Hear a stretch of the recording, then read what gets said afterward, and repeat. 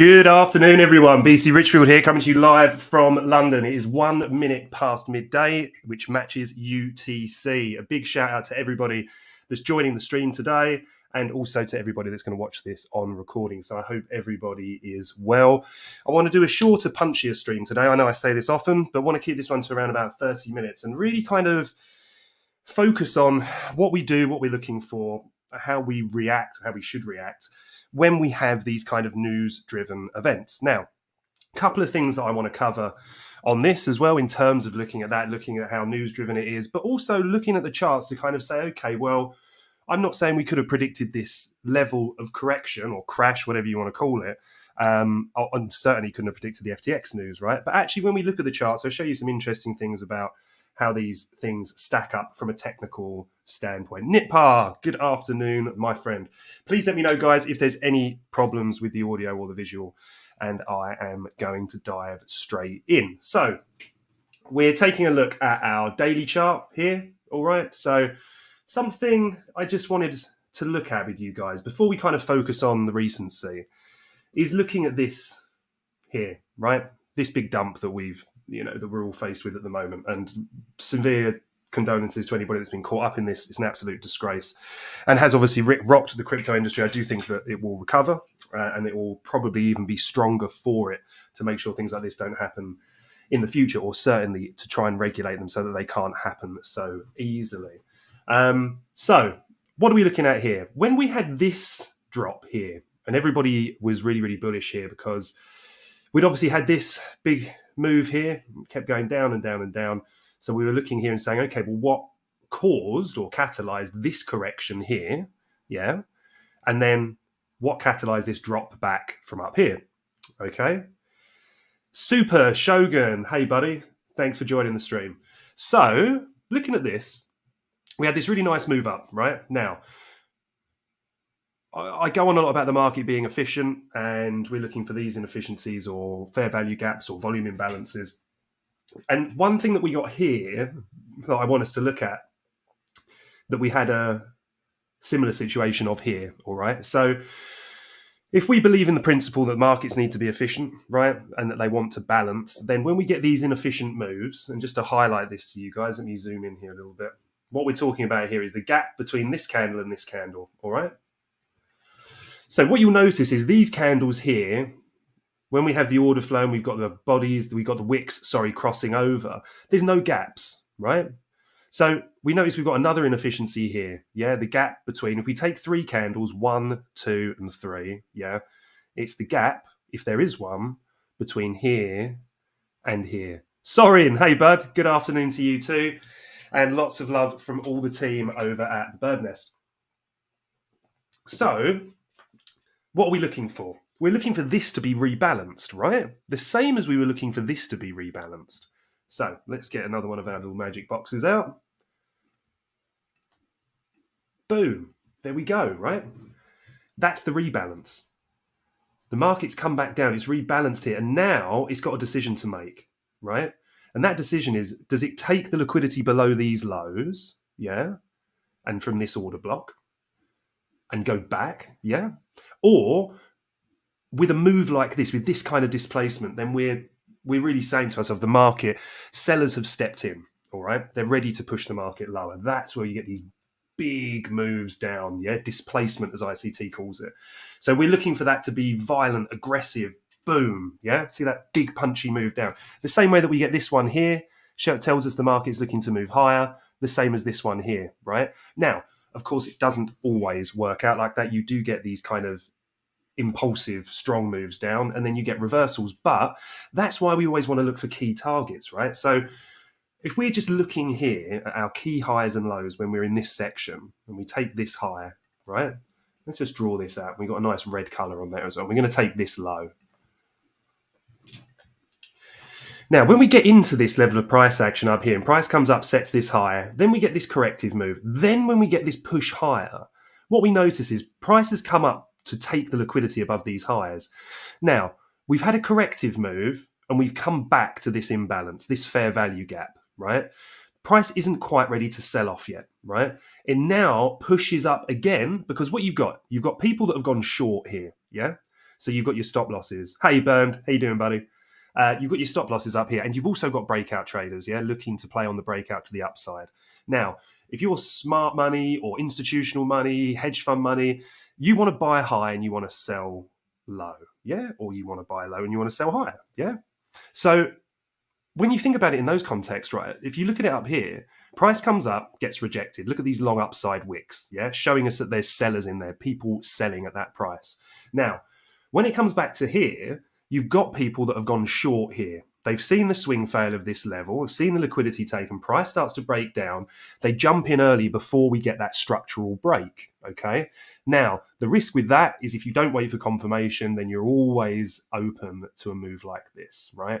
Which is a fast move up, clears out all the liquidity above here, taking out all those people that were short early. So they were correct in principle and in theory that the market was going down from here, right? But the market moves it up higher, away from this inefficiency here, this imbalance, in order to take out these stops and generate liquidity to fill sell orders, right? For every sell order, you need a buy order. Markets work that way. You're selling your asset to a willing buyer, or you're buying from a willing seller. So if we're selling up here, what we're saying is there has to be someone willing to buy down here. Now, what we see is when we get up here, we take out, we generate that liquidity, we come back down, we rebalance this area here, So that is now efficient. And now the market's got a decision to make. So what's our next point of interest is where the next liquidity lies. So if we've taken the liquidity from here, the buy side liquidity, now we're looking for sell side.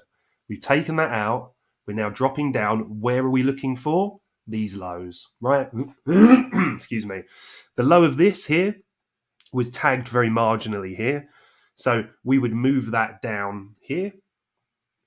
This becomes our naked low or our untapped low. And what we see here is this impulsive move through this low, right? So once again, without sounding like a broken record, we know we've got this inefficiency here. We also have, again, remember what we're talking about, these impulsive moves, displacement. We also have this inefficiency here, right? So when price comes down, leaves this. Price then punches lower. A lot of people starting to go short here. We've lost this level. Breakout traders starting to go down. What was particularly cruel about this move when we look at it is price retraced, We almost get a retest of this level, but not quite, or these lows. Then price flushes lower, right? Now, I always try and repeat myself when it comes to looking for key lows and key highs, all right? So we've got liquidity sitting under here, and we've obviously got liquidity sat under here, right? Now together, these make kind of relatively equal lows, So what we're saying is, okay, well, we expect there to be liquidity below here. So shorting here is a dangerous move, because we're shorting into potential buy orders down here, all right? So the market breaks down. A lot of people get short here. Now, what we see here, we have a consolidation, a manipulation, and then a distribution. We then have a larger consolidation here, which is known as the power of three, right? So you've got, I believe Larry Williams potentially was there. ICT is a big teacher of this as well, right? Now, the idea of this is that you get your consolidation. So price is consolidating. You then get your manipulation, right? Which is price moving to the opposite direction, in order to take out liquidity above here. And then you get your distribution, right? Which is this. So accumulation, manipulation, distribution. So you've got all of this compression here. Price flips to the upside, gets people long. Then smart money steps in, takes all of those buy orders to fill their sell orders, and the market flushes very, very quickly, okay? So that's one of kind of many price action principles, but you'll see that a lot as you look over the charts. But before I digress too much into that, we're talking about our inefficiencies, right? So when we were down here and we're saying to ourselves, it's too dangerous to go short here, maybe a day trade, maybe a little scalp into these levels if we get our triggers and we get our right kind of time frame. But what we're thinking here is we've got these two key inefficiencies above us, right? So price doesn't have to rebalance these right away, but it will almost always rebalance them, right? So if you're thinking like institutions and you're saying, okay, well, the world and his wife is ready to short Bitcoin here and everybody's jumped on board. I don't want to short Bitcoin here because everyone else is shorting it. I'm not going to get my big sell orders filled. I buy heavy enough into this market to manipulate it up, to generate all the liquidity that I need to fill my big sell orders, in the tens, hundreds of millions, right? Then when they close and when they decide that those orders are filled and it overwhelms the market with sell orders, then you get these big impulsive moves lower, okay? So fair value gap or inefficiency here and here. What we see is this move higher, takes out this inefficiency. We filled this one. This move here takes up and fills this one, pretty much, right? So what we see is in the same vein of that move here to here, we had a similar move here, when it rebalanced. Now we've done the same thing here and here. So what is this lunatic rambling about and why the hell is it relevant to price at the moment? I'll tell you. Because this inefficiency here was really, really important in my opinion. Now, I'm not saying that I expected this massive flush lower. I didn't, right? Traditional markets, legacy markets, especially S&P 500, NASDAQ were actually doing quite well. And we had a quite convincing correction on DXY starting to take hold as well, right? So everything was pointing to the upside. So, this was definitely impacted by the news event of FTX, right? But when we came up into this area here, what caused this cascade so aggressively is that there were so many buyers stepping in at this point, right? Because we've broken market structure to the upside. We've now pulled back down into this order block, right? People are now expecting price to move up higher, take out these highs, and probably then come up and take out these highs. Now, we'll never know if we would have got that or not, right? Obviously equity markets look a lot healthier. They weren't open to the same amount of obviously bad news or industry shocking news as crypto. So that's why I've got this daily fair value gap marked out there. I hope that all makes sense. It wasn't too waffly. But basically, the market, when we have these big flushes, we have these aggressive moves, we have to ask ourselves, where's the market likely to go? Okay, so we always want to look left. If I zoom out here to a weekly scale, this was an area of interest for me, right? But I have to say, in terms of teachings of order blocks and that I've studied over the years, with ICT being one of the most prominent teachers in that space, is that these aren't particularly healthy order blocks, right? Huge upside and downside wicks and very small bodies, So if you were to draw this as a purist and you're saying, okay, well, you only allow for the volume in the body if we don't have an inefficiency afterwards. So we did with this one, for example, it's part of the inefficiency of fair value gap. So you would allow for that whole body there and there. And if I just draw some horizontals across here. Oh, wrong one. Bearing in mind that these two here allow for this body as well, we can see that we've lost this level. And we can see the reactions that we had when we took into this level. We came in, dipped into this, didn't get all the way to the bottom. Nice reaction from the buyers, right? Buyers push the market up from here as well. Let me just get rid of these.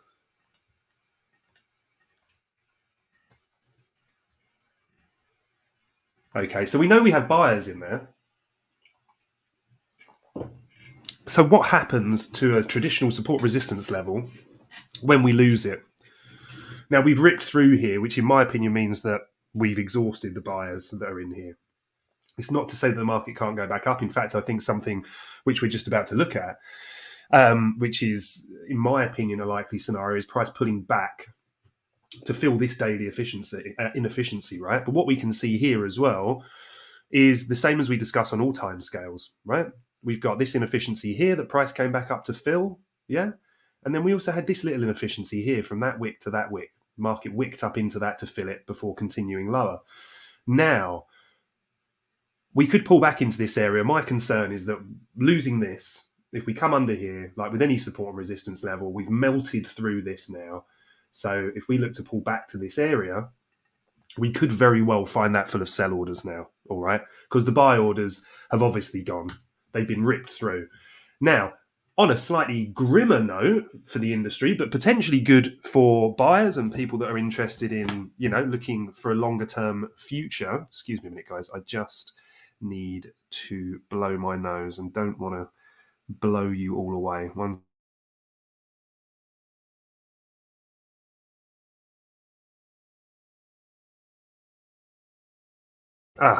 Thank you very much. Right, so where are we looking to below here? Well, for me, realistically, we're looking in this consolidation down here, right? So this is the last price we really had any significant price action. We've got a little fair value gap here and one here, meaning that can be drawing the price action lower. However, when we get these moves, these thin, impulsive moves up or down, what we notice when we look at the chart, thin move up, refilled, yeah? This thin move down, quickly refilled, yeah? Thin move up, thin move down. Right, so this aggressive, inefficient price action isn't overly healthy for a market. It needs to rebalance. And as we can see from this, it can take months or years sometimes to do so. But that's where we want to take our high time frame bias and we want to move that into our lower time frames in order to execute. So the reason that I've been harping on about sort of 11.5 to 12.5K is because of this region down here. And if we just draw that out as a general region, yeah, we say, okay, well, if we're, this maybe to this here, which is the consolidation, we draw that across, what we can see is that the kind of key area that I'm interested in here, which is here and up, is 11.5, yeah, or around about 11.4 up to sort of 12.465. So call it 11.5 to 12.5. Now, for me, that seems like the most realistic target for price if we really are going to continue this drive lower. So, with that in mind, we've got our levels on there. I'm going to delete these because we know about that. I'll keep the lower side in because that's what we're looking in terms of the retest. So, this was of interest for me. So I was long yesterday. I shared it with the group. I triggered the trade too early. We got a double sweep and then we got the move higher, right? So again, two sides to trading, right? One is the analysis. So the analysis was correct. The execution was wrong, right? Now when I look back on it, this is why trading teaches you so much, guys, because it's your losers that teach you. More so than your winners. You look back on that trade, you say to yourself, okay, where was I wrong?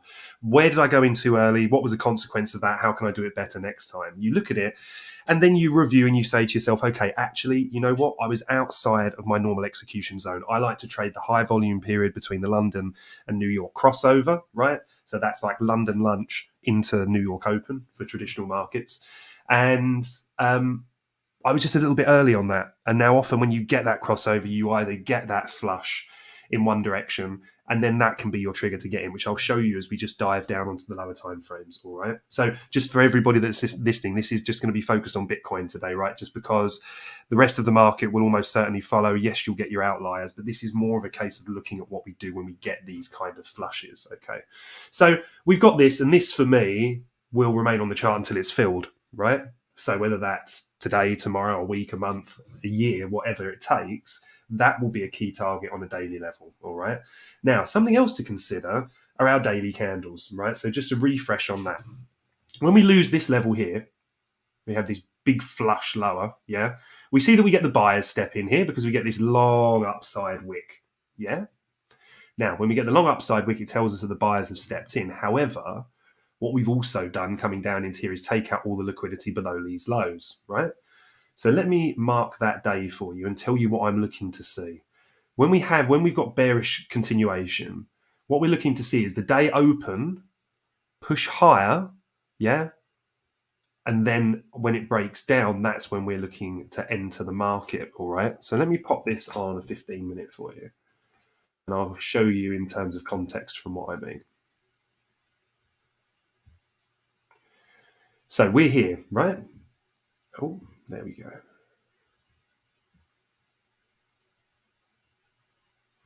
So we've come in, we've come back down. Now what we're looking for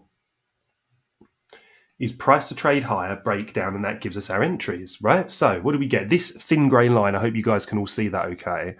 They're our session breaks. So they're our daily dividers, right? So that's midnight UTC. So price trades down, opens, trades down. So not interesting for us. What we want to do is we want to see a correction, a breakdown of that correction, yeah? And then that's where we get our entry. Our initial target is the prior day's low, which is over here. So let's mark that up. So that's our initial target. So what we're looking for in here, price is trading down. Yeah. All we've done here is set a low, lower, higher. Yeah. Now we've set a higher low, but that's not a problem. We need to break this high in order to get bullish, right? So price pulls up. What happens? Price then breaks down.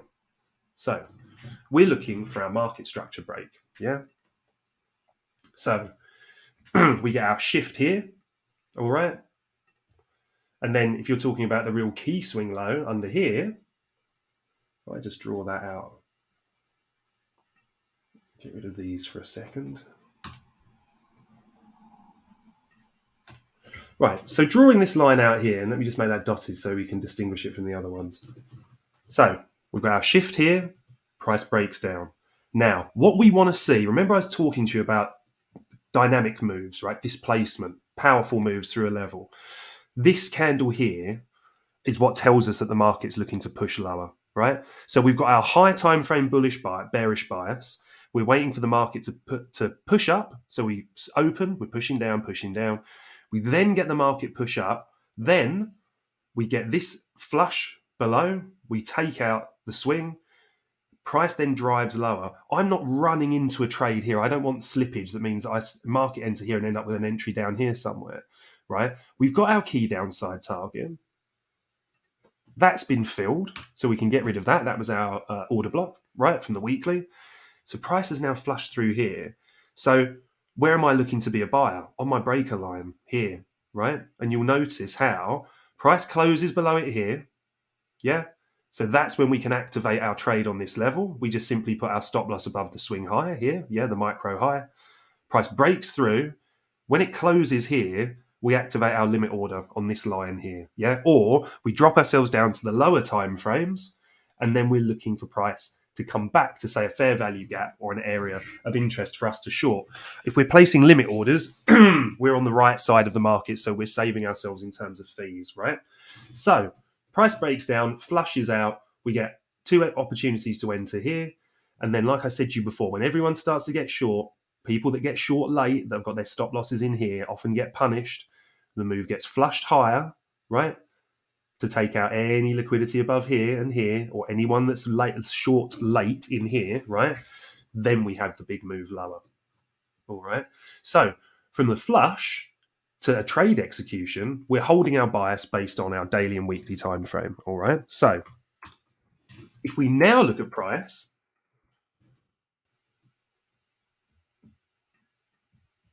okay.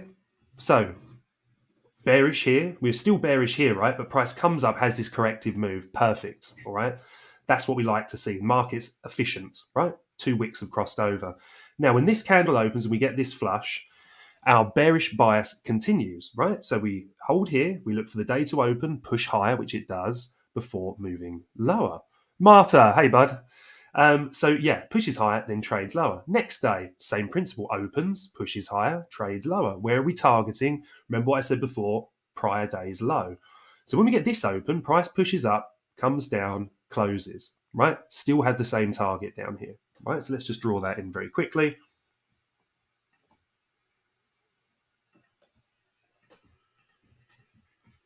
Then the next day opens, pushes higher, comes down lower. Now, the significant thing here is that we can see down here how price has come down, taken the liquidity below this low, and then closed back within it.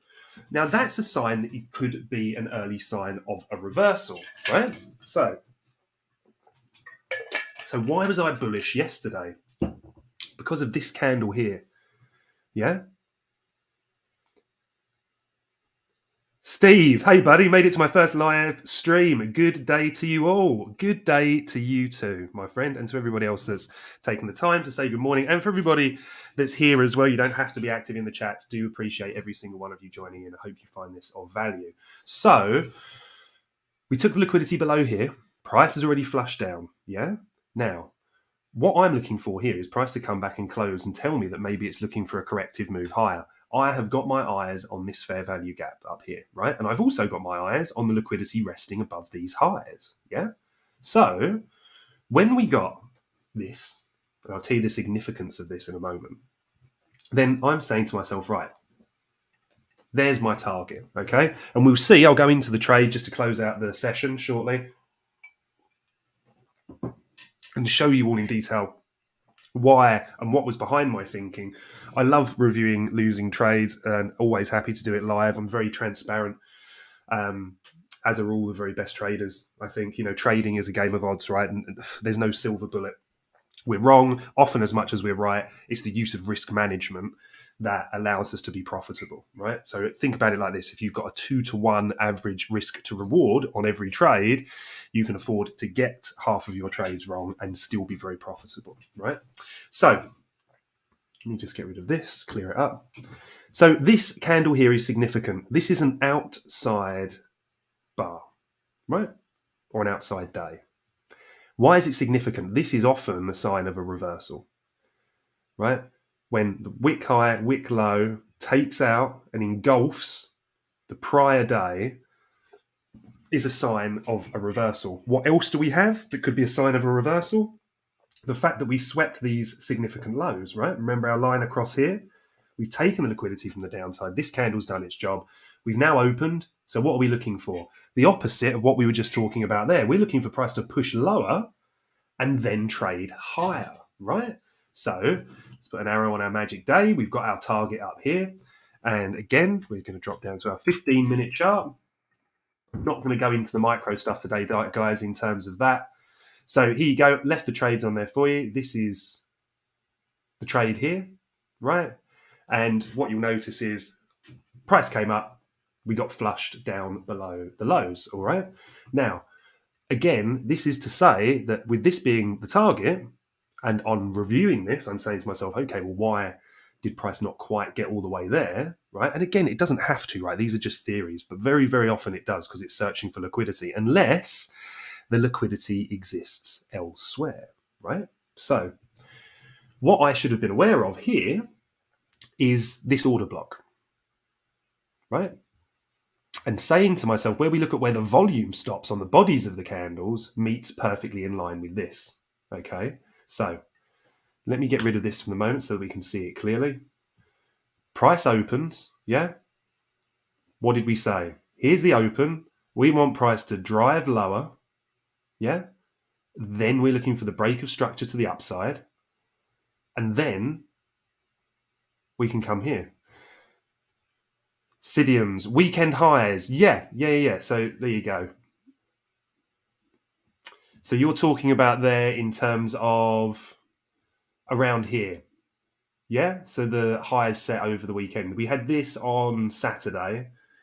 But I think when we came into this here, yeah, exactly right. This was the sweep from this level. This is why we took this short, right? Because we set this and we've got this on the close of Friday, but the weekend high, which is here on the opening of Saturday, we came into here. So a significant high, right? Henceforth, the reason for this short here, you're absolutely right. But then when that liquidity has been taken there, then we're looking for price to drive up above this. And my theory is here that we didn't quite get that because the markets are a little bit illiquid at the moment, but also I should have been more aware of this order block here, right? Before we had this big drop, right? And again, why was I looking for price to trade up into this region? We've got this inefficiency here, yeah? So let me just get rid of that. From here to here, yeah? There's our fair value gap. We draw that along. That's what's drawing price higher, okay? So from where we are at the moment, we go back onto our charts and say to ourselves, okay, on a daily scale, we're getting our corrective move here. The thing for me is when we look at the Ethereum chart, which we're not going to do today, but if you go on and take a look for it, Ethereum took out the prior day's high, right, in this move and then corrected, which for me is a healthy way to see it. With this one, we've still got liquidity resting above these highs, right? So we've still got liquidity resting above here. We've still got liquidity resting above here. So my expectation, although obviously we don't trade it without, was to see something a little bit like this if price was going to break down. Now, obviously not on a daily scale, right? But on a lower time frame, to see price come up, take out the liquidity above these two key highs here, and then fuel a move lower, right? So for the long and short of it, at the moment, I'm waiting to see how price action develops. I'm also got an eye on the prior day's low, Yeah, so this is what is currently making up our range. And just to close off on this, if this is something that we're looking at and we're considering, then we're saying, okay, well, we want our key levels. We've got liquidity resting below here, which we've just tagged. We've got more liquidity resting below here, which we haven't quite tagged, but looks like we're making our way down. I would be looking for bullish setups, bearing in mind, look, we've got this fair value gap down here as well. It wouldn't surprise me to see price flush these lows, yeah, and then come back up, something like this. And then we could look to be buyers when we get confirmation along here, right? Confirmation, the market structure break, look for that retest, lower time frames, look for your fair value gap, or play it on the 15-minute using your breaker line as we discussed, yeah? And then all you need to do is wait for price to close beyond that, set your limit order on there, stop below the price, swing low, and we look to trade it up higher, targeting this liquidity. Obviously, if we get the reversal, we get a breakdown, hold below here, and we lose the swing low that we make, or the consolidation, we look for a breakdown, retest of that consolidation, and that's how we would look for our shorts. Obviously, zooming out, looking for our targets, which we would look for this consolidation here, first of all, and expect price to fill this fair value gap. All right. Look, guys, actually managed to keep this one to 30 minutes. I hope you enjoy the shorter format. I will be mixing up, doing some shorter ones, some longer ones. One thing I want to leave you guys with is about our free trading congress that we've got coming up. It starts next week. There's details in the description below. We're trying to bring together some of the greatest minds in the space, some of the very best people from crypto, traditional finance, the world of cryptocurrency. We've got people from Bloomberg. We've got some of the best and biggest names in the industry all coming together to share their thoughts, look at the industry, look at the impact of what recent events have had on the industry, give away loads and loads and loads of free alpha, free training, courses, prizes, everything, just to get everyone back on their feet, to explain that this does happen to all of us as professional traders. There won't be many that have not gone through this. People that survive these situations, people that use these situations to learn and to build, come back stronger. And we all want to be in the very best shape that we can be for the next bull run, but we also want to take advantage of the opportunities that exist in the bear market and learn how to trade those as well. So please do come along and join us. It's absolutely free. You just need to sign up. You'll be sent through all the information. We've got more releases coming out. Come and grab me on Twitter. The handle is BC_Richfield. And do come along and join us at the Nest, guys. Free membership. Congress means that the Nest, the bird nest, is completely open to everybody that signs up to come into Congress, right? So you get to be a part of the membership, you get all of the calls, you get all the training, the educational material, access to the professional trading team. We've got algorithmic traders, system traders, we've got people doing price action like myself, we've got an amazing fundamental team, we've got volume traders. So do come along, guys, find out what it is that you want to learn, really maximize your time in there, come and get some free prizes, get some free alpha, enjoy listening to some roundtable events and some of the best people in crypto and traditional finance. All right, so please do come along and join us. It's all being put on for free. It's all to just try and help the industry get back on its feet. So please do come along.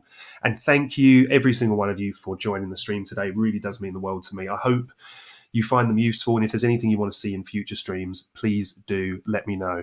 Wishing you all a fantastic week. Be safe, trade safe. And I look forward to seeing you over Congress and in the Nest.